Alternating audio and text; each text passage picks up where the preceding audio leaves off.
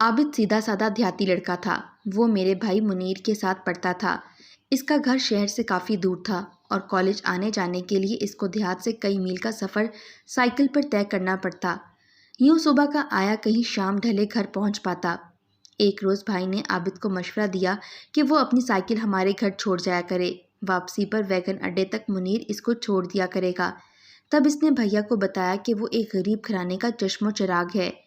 اس کے والد روز ویگن کا کرایہ نہیں بھر سکتے، تبھی وہ 1.5 گھنٹے کا سفر سائیکل پر طے کر کر آتا ہے۔ منیر نے یہ بات ابو جان کو بتائی۔ وہ بولے، بیٹا عابد سے کہو کہ وہ اپنے تعلیمی اخراجات ہم سے لے لیا کرے۔ عابد نے اس بات سے اتفاق نہیں کیا بلکہ یہ خواہش ظاہر کی کہ اگر اس کو شام کے وقت کوئی نوکری مل جائے تو وہ شہر میں رہ کر اپنی تعلیم پوری کر سکے گا اور کچھ رقم اپنے بوڑھے باپ کو بھی علاج کے لیے بھجوا سکے گا۔ ان دنوں ہمیں ڈرائیور کی اشد ضرورت تھی۔ والد صاحب نے عابد کو بلوایا اور کہا کہ اگر وہ ڈرائیونگ جانتا ہے تو اس کو نوکری پر رکھ لیا جائے گا۔ اس طرح اس کی رہائش کا بھی انتظام ہو جائے گا اور جز وقتی ملازمت کا بھی۔ عابد نے یہ پیشکش قبول کر لی۔ والد صاحب نے اس کی رہائش کا بندوبست اپنی رہائش کے نزدیک کر دیا۔ اس طرح جو تنخواہ ملتی وہ اپنے والدین کو بھی دے دیتا، ذاتی اخراجات کی مد میں بہت معمولی رقم اپنے پاس رکھتا۔ منیر نے کالج کے لڑکوں سے اس امر کو پوشیدہ رکھا ہوا تھا کہ عابد اس کے گھر میں ڈرائیور ہے۔ یہی ظاہر کیا کہ وہ دونوں دوست ہیں۔ دونوں صبح کالج جاتے اور ساتھ واپس آتے۔ کھانا کھانے کے بعد عابد ہمارے گھر کی ڈرائیوری کے فرائض سنبھال لیتا۔ کبھی ہم کو بازار جانا ہوتا یا امی جان کو رشتہ داروں کی طرف یا ڈاکٹر کے پاس، غرض عابد ہی ہمیں ہر جگہ لے جاتا۔ والد کے پاس اپنی گاڑی تھی اور یہ چھوٹی گاڑی انہوں نے ہمارے لیے رکھی ہوئی تھی۔ عابد کی وجہ سے ہم خواتین خانہ کو باہر آنے جانے میں بہت سہولت ہو گئی، ورنہ منیر کے ترلے اور منتیں کرنا پڑتی تھیں۔ اس کا موڈ ہوتا تو لے جاتا، ورنہ کہہ دیتا کہ مجھے پڑھائی کرنی ہے، ٹیکسی پر جہاں جانا ہے چلی جاؤ۔ عابد کے جز وقتی ڈرائیور ہو جانے سے ہم بہنیں اور امی بہت خوش تھیں۔ اب تو آنے جانے، گھومنے پھرنے کی آرام دہ سہولت میسر آ گئی تھی۔ تبھی ہم سبھی اس کا خیال رکھتے۔ ناشتہ اور کھانا وقت پر دے دیا جاتا، یہاں تک کہ امی اس کے کپڑے بھی ملازمہ سے کہہ کر دھلوا دیتیں۔ کوئی نہیں کہہ سکتا تھا کہ عابد اس گھر کا ملازم ہے۔ یوں بھی وہ خوبرو اور صحت مند دیہاتی لڑکا تھا، اچھے اور اجلے لباس میں ملازم نہیں بلکہ منیر جیسا ہی لگتا تھا۔ عابد میں ایک گن بہت اچھا تھا کہ وہ ایماندار تھا اور دوسری خوبی یہ تھی کہ وہ اپنی حد پہچانتا تھا۔ انگلی دو پہنچا پکڑ لے، ایسی بات اس میں نہیں تھی۔ بے شک والد صاحب نے اس کو گھر کے ایک فرد جیسا سمجھا، لیکن وہ خود کو اسی مقام پر ہی رکھتا تھا جس پر وہ تھا۔ عابد کو خوب احساس تھا کہ وہ ملازم ہے، تبھی وہ فرد شناس بھی تھا۔ کسی کو اس نے شکایت کا موقع نہیں دیا اور ہمارے گھر کے ہر فرد کی نظروں میں ہر دل عزیز ہو گیا۔ وہ مظفر گڑھ کا رہنے والا تھا اور ہم ملتان میں رہتے تھے۔ ایک بار ایک عزیز کی شادی میں مظفر گڑھ جانا تھا۔ والد اور بھائی ایک گاڑی میں تھے اور جس گاڑی میں ہم خواتین تھیں اس کو وہی ڈرائیو کر رہا تھا۔ راستے میں امی نے سوال کیا، عابد تمہارا گھر بھی تو مظفر گڑھ میں ہے، کبھی ہم کو اپنے گھر لے چلو، تمہاری والدہ سے ملاقات ہو جائے گی۔ اماں جی ضرور چلیے گا، میری ماں آپ سے مل کر بہت خوش ہوں گی۔ اس روز ہم نہ جا سکے۔ والدہ بولیں، بیٹا آج تمہاری امی سے نہیں مل سکتے، رات ہو گئی ہے، پھر کبھی سہی۔ ملتان کون سا دور ہے؟ میرا گھر مظفر گڑھ شہر میں نہیں ہے اماں جی، آگے دیہات میں ہے۔ کسی روز آپ صبح کے وقت فرصت سے آئیے گا، راستہ کچا ہے، اس وقت دیہات میں گاڑی لے جانا مناسب بھی نہیں ہے۔ اسی دن سے عابد کا گھر دیکھنے کا شوق میرے دل میں سما گیا۔ اب اکثر میں اس کو کہتی، اپنے گھر کب لے کے جاؤ گے؟ وہ جواب دیتا، جب اماں جی کہیں گی۔ اماں جی نہیں جائیں گی، وہ تو اس بات کو بھول بھی چکی ہوں گی۔ تم مجھ کو لے چلو، میں تمہارا دیہات دیکھوں گی۔ میری اس فرمائش پر وہ خاموش ہو جاتا، کیونکہ چھوٹی بہن ساتھ ہوتی اور اسے عابد کا گھر دیکھنے کا کوئی شوق نہیں تھا۔ ایک بار وہ ہمارے مہمانوں کو پہنچانے گیا، اس کا پرس گر گیا اور وہ عابد کو ملا تو اس نے ان لوگوں کو واپس کر دیا جس میں کافی رقم جوں کی توں موجود تھی۔ ان لوگوں نے عابد کو انعام میں کچھ روپے دینا چاہے لیکن اس نے نہ لیے۔ وہ لوگ بہت خوش ہوئے اور ایئرپورٹ سے والد صاحب کو فون کر کے بتایا کہ آپ کا ڈرائیور بہت ایماندار ہے، اس نے نہ صرف پرس واپس کیا بلکہ انعام کی رقم بھی نہیں لی۔ عابد گھر آیا تو ابا جان نے اس کو شاباش دی، وہ اس کی دیانت سے بہت خوش تھے۔ اس دن کے بعد انہوں نے عابد کو واقعی بیٹا سمجھ لیا، ہر طرح سے اس پر بھروسہ کرنے لگے۔ عابد کو ابا جان کے بھروسے کا بہت مان تھا اور وہ زیادہ اس بات کا خیال رکھتا کہ میرے باپ کے بھروسے کو اس کی کسی غلطی سے ٹھیس نہ لگ جائے۔ وہ پہلے سے بھی زیادہ محتاط ہو کر رہنے لگا۔ مجھ کو عابد پہلے دن سے اچھا لگا تھا۔ اس کی وجہ اس کا ہمارے ساتھ بہت زیادہ تابعدار ہونا تھا۔ ہر بات پر کہتا، جی بی بی ٹھیک ہے، کبھی بہانے بازی سے کام نہ لیا۔ ایک بار مجھے شرارت سوچی اور اس کو ایک خط لکھ دیا۔ خط میں کچھ نہ سمجھے کی باتیں بھی لکھی تھیں۔ اس نے خاموشی سے خط لے لیا مگر جواب نہیں دیا۔ اس کے بعد تو یہ میرا معمول بن گیا، روز ہی اس کو خط لکھ کر دینے لگی۔ جو جی میں آتا اوٹ پٹانگ تحریر کر دیتی اور وہ خاموشی سے یہ عوارق جیب میں رکھ جاتا۔ میں میٹرک کی طالبہ تھی، چھوٹی بہن 9ویں میں پڑھتی تھی۔ وہ ساتھ ہوتی عابد کسی بات کا جواب نہ دیتا۔ گاڑی میں تمام راستہ خاموش رہنا پڑتا۔ اس کی اسی خاموشی سے زد آ کر میں نے اسے کاغذ پر باتیں لکھ کر دینی شروع کی تھیں۔ ایک روز میں نے غصے میں آ کر اس کو لکھ دیا کہ عابد، تم میری کسی بات کا جواب نہیں دیتے، اس لیے میں اب تمہاری جھوٹی شکایت ابا سے کروں گی۔ اس نے میری اس دھمکی کا بھی کوئی جواب نہیں دیا۔ انہی دنوں اس کی والدہ کی طبیعت بہت خراب ہو گئی۔ اس نے امی سے کہا کہ وہ گاؤں جانا چاہتا ہے تاکہ ماں کو دیکھ سکے۔ امی نے اجازت دے دی، کہا اگر میری طبیعت اچھی ہوتی میں بھی ان کی عیادت کو چلتی، لیکن اب میں نہیں جا سکتی۔ اس پر میں بولی، امی جان، بھائی منیر اور میں کیوں نہ عابد کے گھر چلے جائیں، ان کی امی کو بھی دیکھ لیں گے، ہماری گاڑی ہوگی، ہو سکتا ہے کہ ان کو علاج کے لیے شہر لانے کی ضرورت ہو۔ امی بولی، ہاں چلی جاؤ، منیر سے کہتی ہوں کہ گاڑی لے جائے۔ چھوٹی بہن نے بھی میرے ساتھ جانے سے انکار کیا تو امی نے آیا ماں کو ساتھ بھیج دیا۔ اس روز میں بہت خوش تھی کہ عابد کا گاؤں دیکھنے جا رہی تھی۔ گاڑی میں تو ہم آدھ گھنٹے میں وہاں پہنچ گئے۔ میں نے عابد کی ماں کو تصور سے بھی بڑھ کر خوش اخلاق پایا۔ وہ ہم سے مل کر خوش تھیں، کہتی تھیں بیٹی تم نے یہاں آ کر ہم غریبوں کی شان بڑھائی ہے۔ غرض ان لوگوں نے اپنی حیثیت سے بڑھ کر خاطر مدارت کی۔ ان کا بس چلتا تو تخت طاؤس ہی لا کر ہمارے بیٹھنے کو فرش کر دیتے۔ عابد کی والد کی تھوڑی سی زمین تھی جس کی کاشت پر ان کا گزارا تھا۔ مکان کچا پکا سا بنا ہوا تھا۔ سب سے الگ تھلگ بنے ہوئے اس گھر میں نیم کے درخت تلے کچھ دیر میں نے عابد کی بہنوں سے باتیں کیں۔ ادھر ہی عابد کا کمرہ بنا ہوا تھا جس کے آگے برآمدہ نہیں تھا لیکن پہلو میں ایک کنواں بنا ہوا تھا۔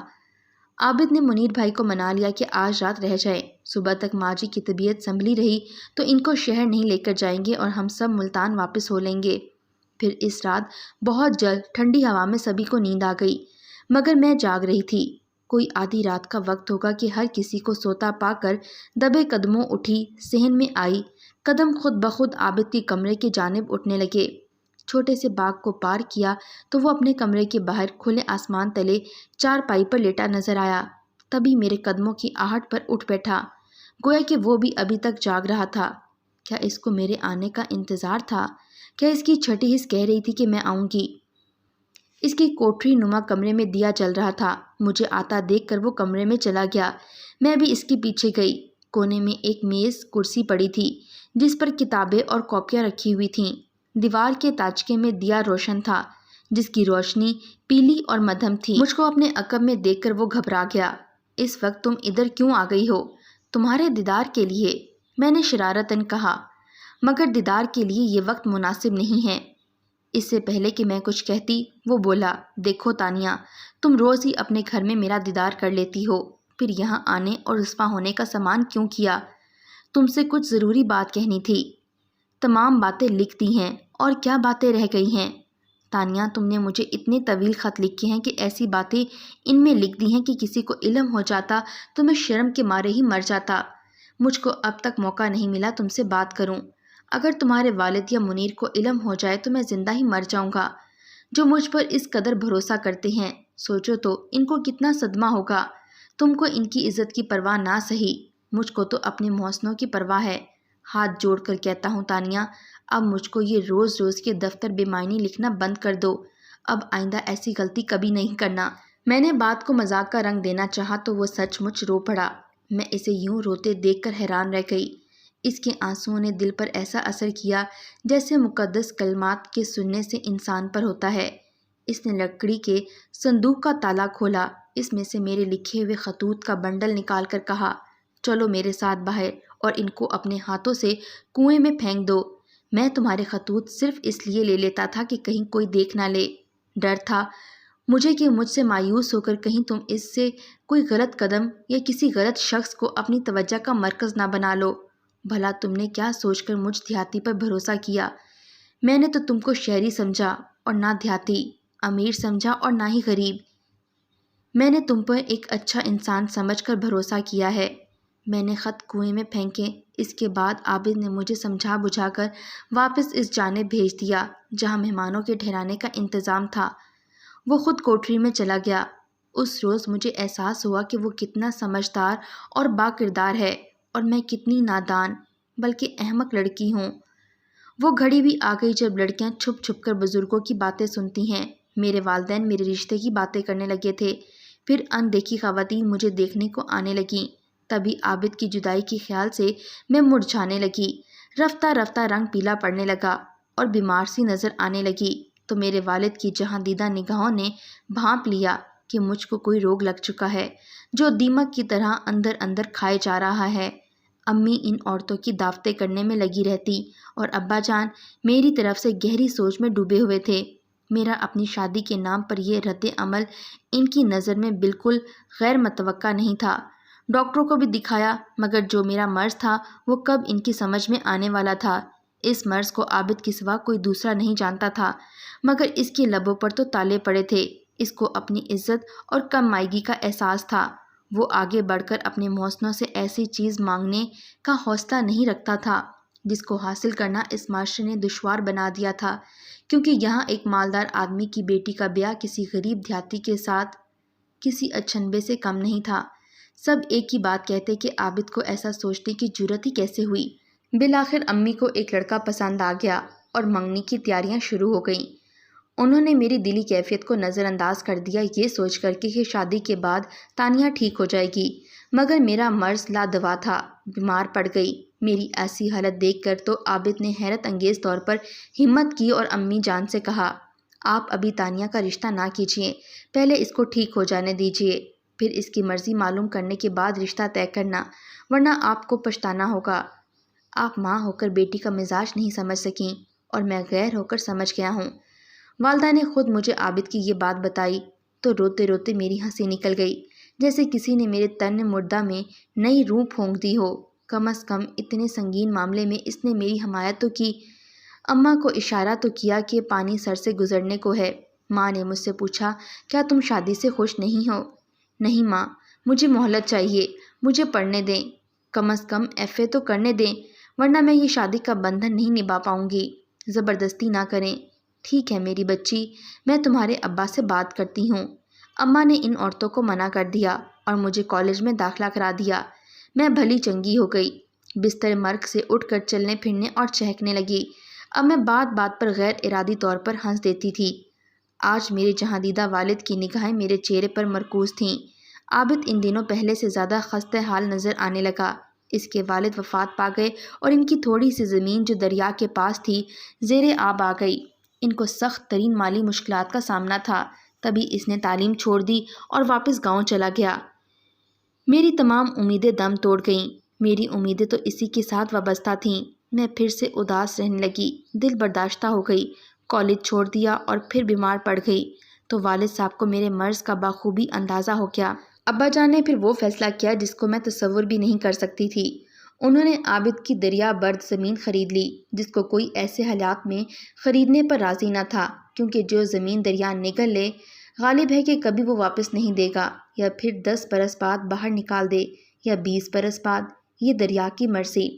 عابد کو رقم کی اشد ضرورت تھی۔ وہ حیران تھا کہ ابا جی یہ گھاٹے کا سودا کیوں کر رہے تھے۔ تب اس کو میرے والد نے کہا، میں نے تم کو بیٹا بنایا ہے، منیر مزید تعلیم کے لیے ولایت جا رہا ہے اور تم میرے دوسرے بیٹے ہو۔ محض غربت کی وجہ سے تعلیم چھوڑ دی ہے۔ یہ تمہاری زمین میں نے تمہارے لیے خریدی ہے، رقم تم لو اور تعلیم پوری کرو۔ گر سمجھا بجھا کر ابا جان نے اس کو دوبارہ کالج بھیج دیا اور اس کی والدہ اور بہنوں کو بھی خرچہ بھجوانے لگے۔ خدا کی قدرت، جو ہی عابد نے تعلیم مکمل کی، دریا بھی اتر گیا۔ اس کی برد زمین واپس نکل آئی۔ والد نے زمین اس کے تحویل میں دے دی۔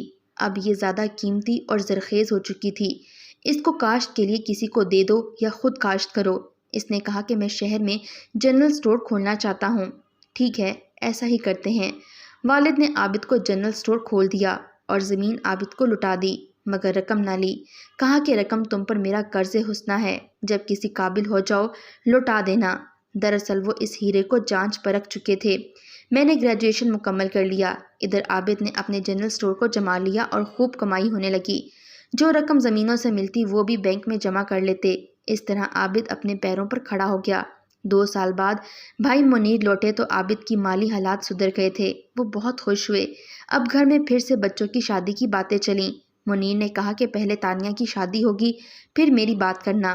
امی بولیں، بیٹیوں کے رشتے جلدی نہیں ملتے، تم اپنی بات کرنے دو۔ بھائی نہ مانا، مگر والد طے کر چکے تھے کہ وہ مجھ کو محفوظ اور شریف شخص کے ہاتھوں میں سونپیں گے۔ جب رشتوں کی تلاش چلی، ابا نے واضح کر دیا کہ تانیہ کا رشتہ تلاش کرنے کی ضرورت نہیں ہے، رشتہ گھر میں موجود ہے اور میں اس کی شادی عابد سے طے کرنے کی سوچ چکا ہوں۔ تانیہ کو اعتراض نہ ہو تو کسی دوسرے کو اعتراض کرنے کی بھی ضرورت نہیں ہے۔ میرے تو دل کی مراد برائی تھی۔ والد صاحب نے برسوں عابد کی کردار کا مطالعہ کیا تھا اور وہ اس نتیجے پر پہنچ چکے تھے کہ یہ دیہاتی لڑکا جس کو ہمارے ملنے والے اور رشتہ دار ہمارا ڈرائیور سمجھتے تھے، وہ کس قدر صاحب ثروت ہے، کیونکہ اس کے پاس دیانت داری، شرافت اور ذہانت ہے۔